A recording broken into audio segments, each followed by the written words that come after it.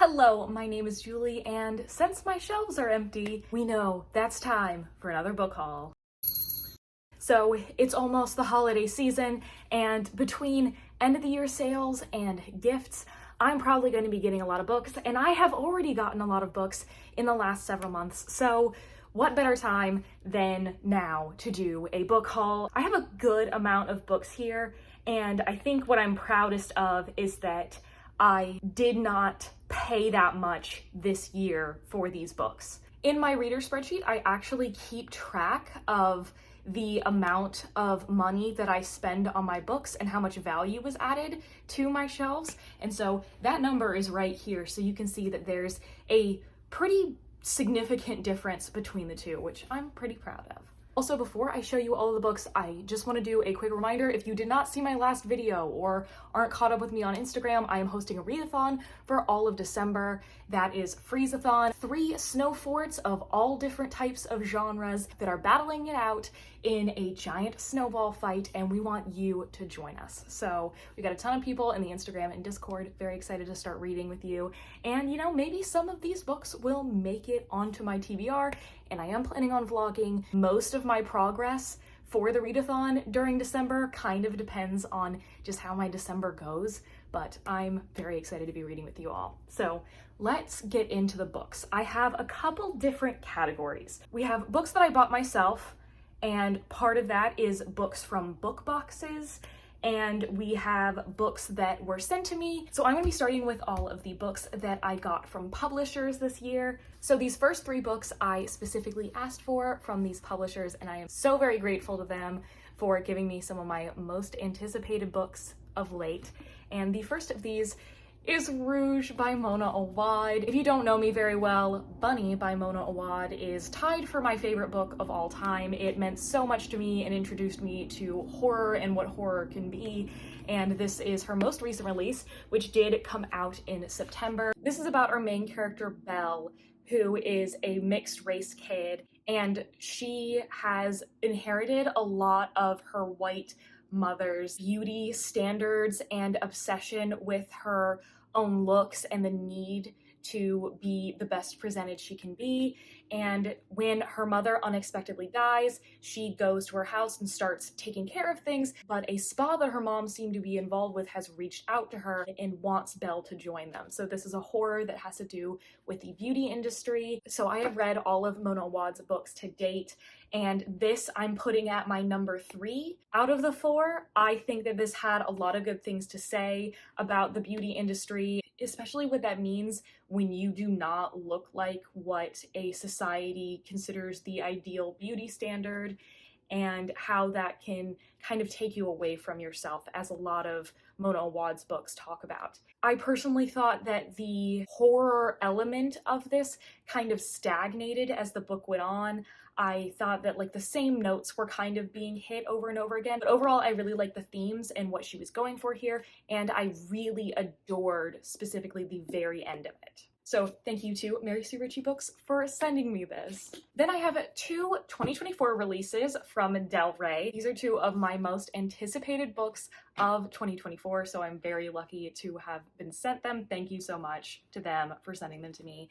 And the first of these is A Fate Inked in Blood by Danielle L. Jensen. Danielle L. Jensen wrote one of my favorite series, The Bridge Kingdom, and this is sort of her passion project that she was writing on the side that she's finally getting to tell. And this is about our main character, Freya, who lives in this Nordic-inspired fantasy world where people can be blessed by gods if they are given a drop of their blood while they're in the womb. And Freya has been hiding the fact that she is one of these blessed people her entire life. She's with an abusive husband and just wants to get out of it. And when he sells her out to the king, telling him that she's actually one of these blessed people, the king, who is old enough to be her father, decides that she's gonna be his wife, and she is going to be his shield maiden, because it has been prophesied that a person blessed with her god's ability will help whoever has her as their shield maiden to unite the lands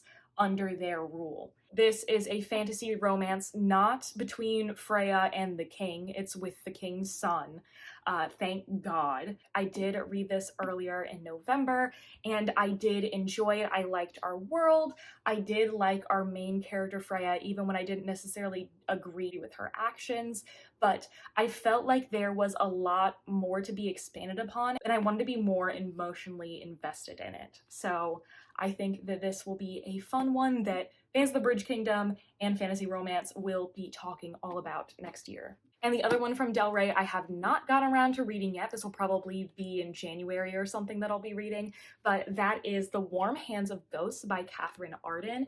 This is the author of the Bear and the Nightingale series. So this is a historical fiction speculative novel. I don't know how much the fantasy is in this because it does say with a speculative twist rather than it being shelved as a fantasy. This is set during World War I, and we have Laura and Freddie. Laura is a combat nurse who has been hurt, and she is being sent away from the front, and she's upset about that, and she has heard that her brother Freddie has died. We also follow Freddie a couple of months earlier, and he is having to make an alliance with a German soldier.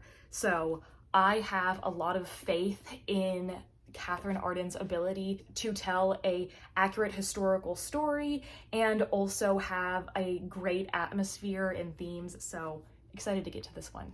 Then these three books I got from Simon and Schuster, so I am part of their book buddy program. So I get like a monthly email from them that asks if I'm interested in any of their books, and these are three that I said yes to. I have yet to read any of them, which is on me. The first of these is The Wife App by Carolyn Mackler. And this is about three women who have been neglected by their husbands in one way or another, and they decide to work together to make this thing called the Wife App, where you start charging men for the unpaid labor that a woman does. This is like a fun girls get revenge book, which I think could be a good one. And then I cannot believe they ended up sending this to me, but this is I'm Glad My Mom Died by Jeanette McCurdy. So this book came out last year, but they were giving away copies. I grew up on iCarly. That was one of my favorite shows, and Jeanette McCurdy was on the show, and at the time her mother was forcing her into being a child actress and forcing a lot of terrible things on her. And after her mom passed away, Jeanette McCurdy wrote this book, and I've seen nothing but glowing reviews of this. And I think that this is just going to be a really powerful memoir about her relationship with her mother and how she has tried to heal from a lot of the damage that their relationship did to her. I wanted to get around to this for Nonfiction November, but it simply did not happen, so hopefully it doesn't take until next Nonfiction November for me to get around to it. And most recently, I was sent The Future by Naomi Alderman. This is the author of The Power, which I read several years ago. So this is a sci-fi novel about two very different women, one of whom has escaped a cult, the other of whom is an internet survivalist who are thrown together when they are both at the mercy of these giant tech companies who are taking over everything. That sounds so unrealistic, right? And also, I want to say, they did send me two little pins, the fox and the rabbit, which super awesome. And this just went on sale a couple weeks ago, so you can get your copy now. Before we get into the books that I bought, I do have one book that I got secondhand. I found at a free little library, The Glass Castle by Jeanette Walls. This is a pretty famous memoir about a girl who was in a pretty dysfunctional family, how her and her siblings had to fend for themselves in a lot of ways, and their parents didn't take care of them. I know that this and the movie are both pretty well received, so when I saw this, I decided to pick it up. Now for the books that I bought myself, I am going to start off with all of the books that I got from book boxes. I would love if I was sponsored by these people, but I am not. These are services that I actually bought myself, so just wanted to put that preface out there. But the first one is, of course, The Year of Sanderson. The last time I made a haul, I had not yet received my copy of the second book, so now I have all four with me, and I am so, so happy. So the first one was Tress of the Emerald Sea, which I hauled before, and the second is the Frugal Wizard's Handbook for Surviving Medieval England, and this is the only book of the four that is not in the Cosmere. This is a science fiction about a man who wakes up in what appears to be medieval England, but he has memories of a near future, and it turns out that there is a future in which humanity has found other alternate realities that are similar to our own, and a company called Frugal Wizard has bought a series of these alternate worlds for people to take vacations in, essentially. And our main character has ended up there. He doesn't know what he's doing, he doesn't know who he is, but he knows that dangerous things are about to happen. So he is having to figure out who he is, who the other people here are, and how to save the people of this world. If this wasn't Brandon Sanderson, I would not have picked this up. I was not emotionally invested in this book, which made me sad, but I will say there are little comics that are at the bottom of a lot of the pages where it's the character of the Frugal Wizard is going on an adventure, and I thought that was so, so adorable, and I absolutely want a comic fully dedicated to that character. But I love that even if this book wasn't necessarily for me. The third secret project book is the one that I'm probably most excited for, and that is Yumi and the Nightmare Painter. Can we look at this cover? But also, the wide release cover is really pretty. If I love this book, I will be buying that cover. What I know about this is that this is related in magic-wise to Warbreaker, which is one of my favorite Brandon Sanderson books, where the magic system has to do with color and light. And I know that the world and characters in this are Asian-inspired, and other than that, I have tried to avoid knowing anything about this book going in. I'm just very excited about it. And the last of the Brandon Sanderson books is The Sunlet Man, which isn't this stunning? And on top of that, sprayed freaking edges. He knows what we want, and the art style in here, super cool. I have, again, very purposefully avoided hearing anything about this. I'm pretty sure that this has a character from another of the Cosmere books in it, and I can't wait to see if it's like a cameo or anything. I have actively avoided finding out anything about this and want to go into it entirely knowing nothing. So I don't know when I will get to reading either of these. I have read 6 Brandon Sanderson books this year, and I'm afraid of catching up, even though all my friends who have read Brandon Sanderson really want me to, so we'll see. But I am proud owner of these, so worth my money. And shout out to my parents for going 50-50 on these as a gift. Now for the subscription boxes, I have 3 books that I got from Book of the Month. I picked up Ari Adney by Jennifer Saint for my book club, 3 of Clubs. We read Greek mythology books in the summer, fall. This is a retelling of the story from her perspective, where she is a princess of Crete. Her half-brother is the Minotaur, and she is living a very sheltered life until Theseus shows up and wants to free his people and take her with him. This was definitely a miss for me. I did not think that this story needed to be retold in this way. I didn't think that Ariadne was a very interesting character in this specific retelling, and she wasn't a very active protagonist. And if you're trying to make a book that is like going off of the back of Circe, where the character is the center of it, and she's such a strong character, I didn't think that this worked very well. I thought her sister was more interesting than her. Basically, any character who wasn't her was more interesting. And then I got Family Lore by Elizabeth Acevedo. I have read all of her YA titles. This is her adult debut, which came out a couple months ago. This was August. I think this is the last book that I have to read for my 23 must-reads of 2023, and I hope to read this in December. So this is a magical realism that is intergenerational, and one of our characters, Flor, has the ability to know when somebody is going to die, and she has decided that she is going to be holding a living wake, and her family is unsure if it is because she is going to die or if one of them is going to die. And I know we follow a bunch of different perspectives of all the women in this family, and I am really excited to get into this and see what Elizabeth Acevedo's writing is like for adults. And the last book that I have here from Book of the Month is Kaikeyi by Vaishnavi Patel.